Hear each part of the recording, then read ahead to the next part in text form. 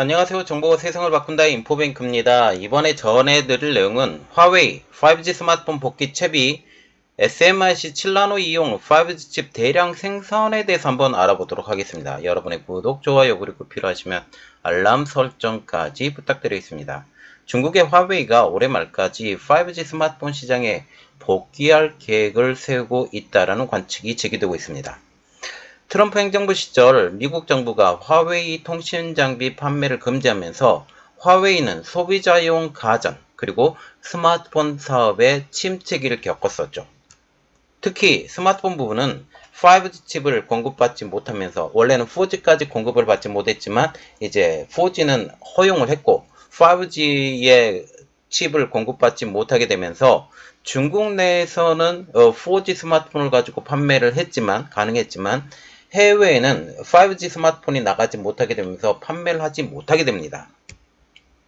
하지만 화웨이가 SMIC와 협력해 5G 모바일 칩 생산을 할 것이라는 소식이 나오면서 이 5G 스마트폰 복귀 채비를 하고 있는 것이 아니냐라는 소식이 나오고 있습니다. 또한 이것이 문제가 되는 것은 지금 미국이 중국에 대해서 반도체 제재를 아주 강하게 밀어붙이는 상황에서 중국과 같은 경우는 우리는 반도체 굴기를 하고 있어 라고 대외적으로 보이고 있지만 실질적으로 미국에서는 이것은 더 견제할 수 있는 방향이 나올 수 있기 때문에 이것은 어떤 방향으로 튈지 모르겠다 라는 그런 말이 나오고 있는 상황이죠. 자, 그래서 이번에 알아볼 내용은 화웨이 5G 스마트폰 복귀 채비 SMIC 7나노 이용 5G 칩 대량 생산에 대해서 한번 알아보도록 하겠습니다.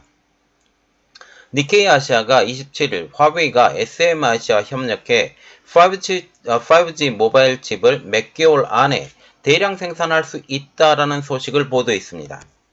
화웨이가 지금 중국 파운드리 업체인 SMIC와 자체 반도체 설계 툴 EDA를 사용해 5G칩을 조달한다라는 것입니다. 지금 EDA와 같은 경우도 지금 우리가 눈여겨봐야 되는데 지금 EDA 업체 대부분이 미국의 기술을 가지고 있기 때문에 지금 현재 EDA와 같은 경우는 제재가 지금 들어가 있는 상황이에요. 이 제재가 어디까지 들어가 있냐?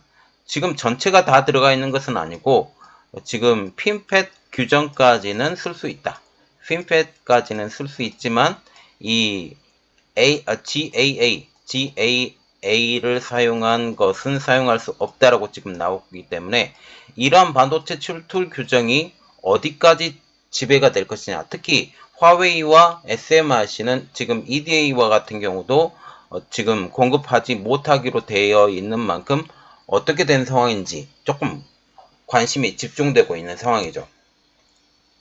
지금 중국기술연구소 같은 경우는 화웨이가 지금 SMIC의 M+1 7나노 제조 공정을 사용할 예정이라고 얘기를 하면서 수율이 50% 미만일 경우 5G 칩 출하량이 약 200만에서 400만 개로 제한될 것이라고 말을 했습니다.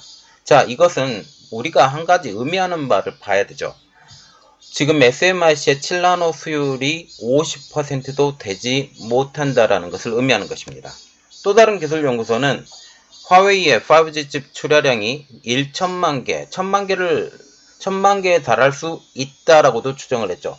그래서 적게 봐도 200만 개, 많게 보면 1000만 개의 칩이 출하될 수 있다. 이는 200만 개에서 1000만 개가량의 5G 스마트폰이 출하될 수 있다라는 것을 의미하는 것이죠.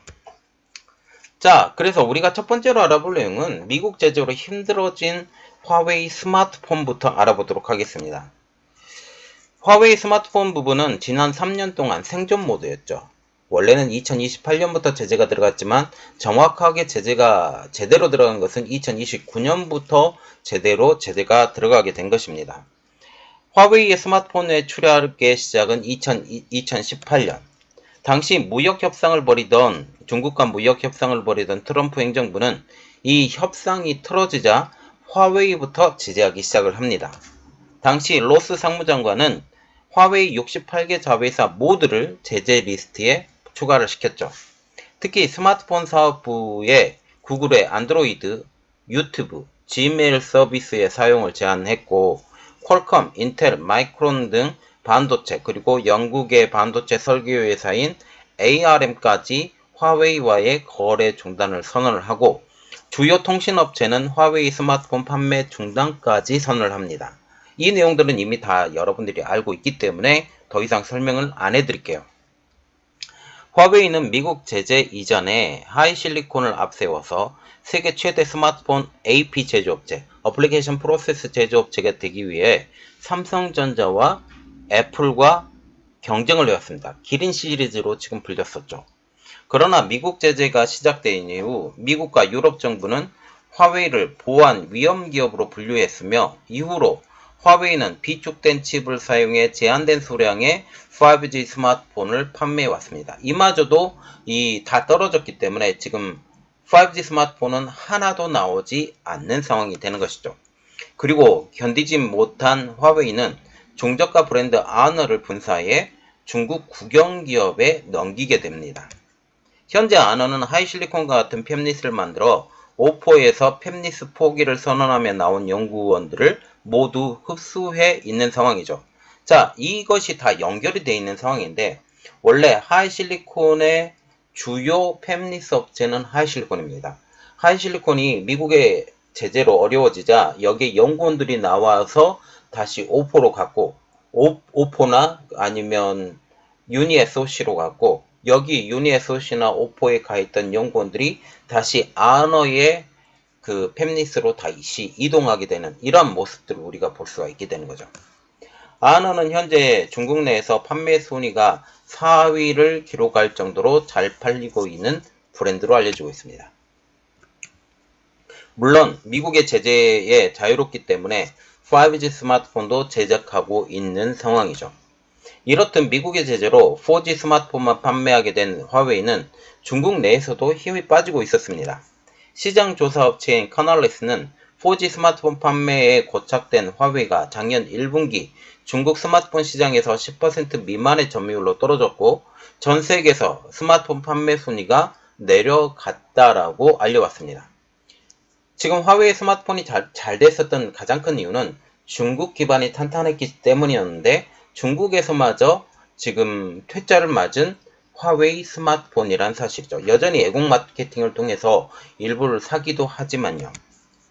자, 그러면 우리가 화웨이 스마트폰의 5G 스마트폰의 복귀 의미는 어떻게 될 것인가에 대해서 조금 더 깊이 알아보도록 하겠습니다.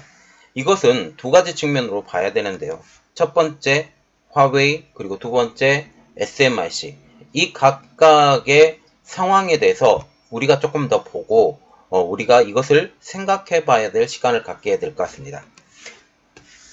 이는 화웨이가 SMIC의 7나노 공정을 이용해 스마트폰 AP를 제작하기 때문이죠. 그래서 첫 번째로 알아볼 것은 SMIC 측면의 7나노 공정 이용입니다. 이번 화웨이의 5G 칩이 SMIC의 7나노 공정을 이용한다는 점에 집중을 해야 됩니다.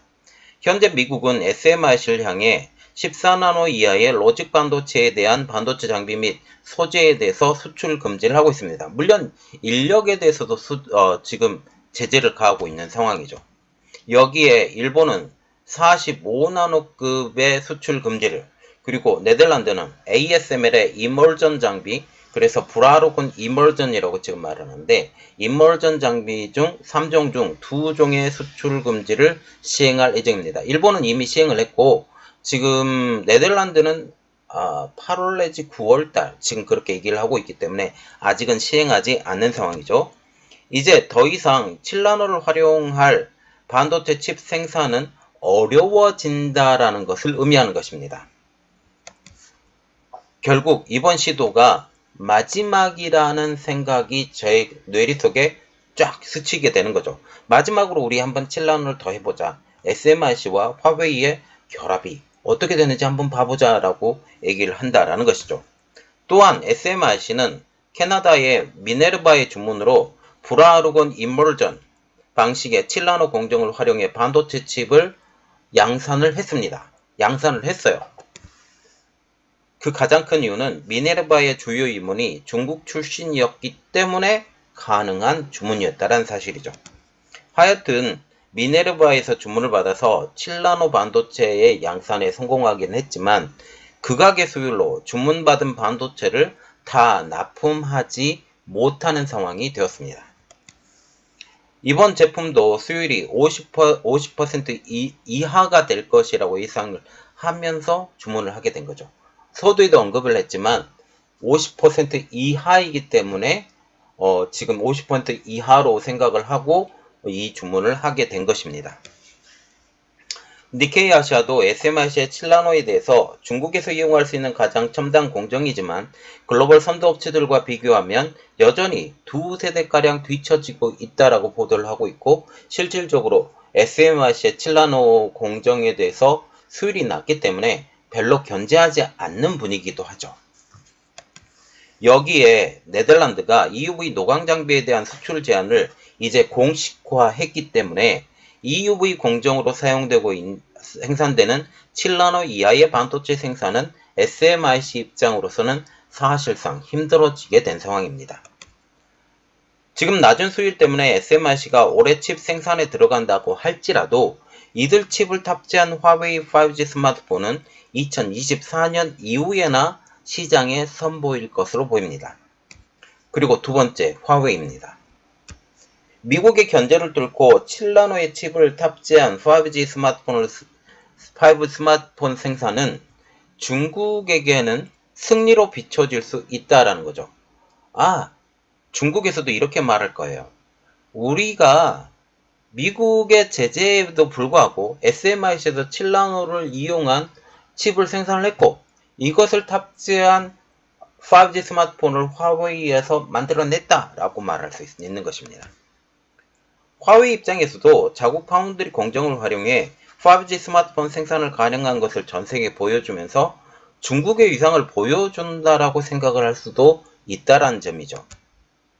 중국 정부는 화웨이와 다른 중국 기업들에 대한 미국 정부의 공세에 대응하기 위해 자체 반도체 산업 육성을 위해 많은 시간과 거액의 비용을 쏟아부었는데 눈앞에 이 결과물이 쫙 나오게 된 것이죠. 그러나 여기까지입니다. 현재의 기기를 가지고는 7나노 이하 공정의 반도체를 무조건 만들 수 없기 때문이죠. 여기에 한 가지 문제가 더 존재합니다. 그것은 이번 SMIC에서 생산되는 7나노 공정 칩의 예상 수율이 50% 미만으로 예상이 되기 때문에 5G 칩 제조 비용이 많이 든다는 사실이죠. 화웨이가 이러한 비용을 감수하고 칩을 생산할 수는 있지만 중국 입장에서도 이러한 칩 생산은 돈을 얼마나 들여도 상관없다라고 생각을 하고 칩을 생산할 수는 있어도 그런 칩이 탑재한 폰의 가격 경쟁력은 당연히 떨어질 수밖에 없다는 사실입니다.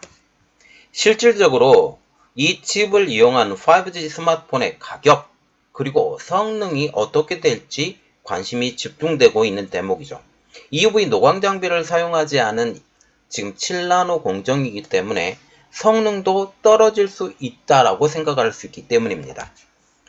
현재 삼성전자와 애플 및 중국의 스마트폰 업체들마저도 5G 스마트폰에 EUV 공정이 활용된 칩을 사용하기 때문에 성능 면에서도 다른 스마트폰 대비 성능이 떨어질 수밖에 없기 때문입니다. 물론 애국 마케팅을 활용해 화웨이의 5G 스마트폰을 구매하고 사용하는 사람들이 있기는 있을 거라고 생각을 합니다. 또한 화웨이 5G 스마트폰이 발매한 후 미국의 대응이 어떻게 될까? 이것도 관심이 집중되고 있는 상황이죠. 지금 미국과 같은 경우는 지금 14나노 이하의 공정에 대해서 제재를 가했던 것이 이제 40나노로 올린다라는 말이 나왔던 가장 큰 이유는 여전히 이 ASML이 말을 잘 안 들었고 지금까지 장비를 공급해주고 있었으며 이멀전 방식의 장비를 공급해주고 있었으며 이게 들어가고 있는 상황이 속속 보였다라는 사실이죠. 그러나 이것을 지금 제재를 하고 이제 40나노급으로 올려야 되겠다라고 생각을 한 가장 큰 이유는 이제 AI 반도체로 넘어가고 있는 상황에서 전력 반도체가 이런 지금 플래너 팩 구조에서도 만들어질 수 있는 상황이 나오고 있기 때문이죠.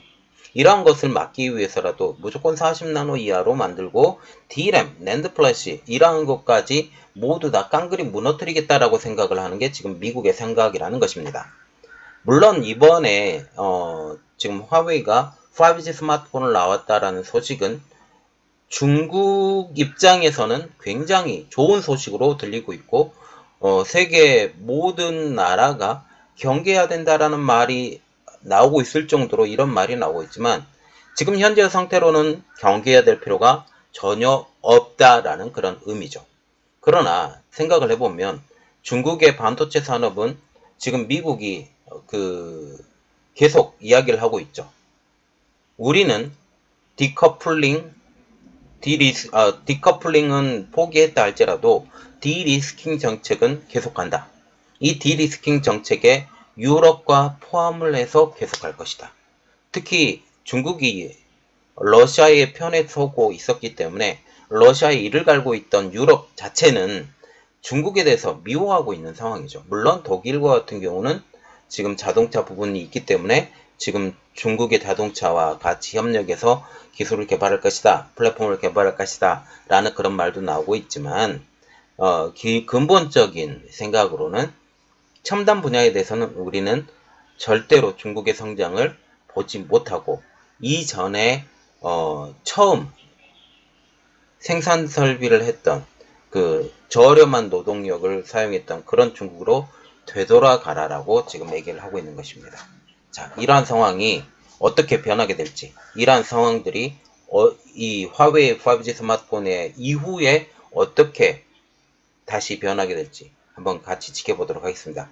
이번 내용은 여기까지 했고요. 저희 내용이 여러분들에게 도움이 되셨다고 생각을 하시면 구독, 좋아요, 그리고 필요하시면 알람 설정까지 부탁드리겠습니다. 감사합니다.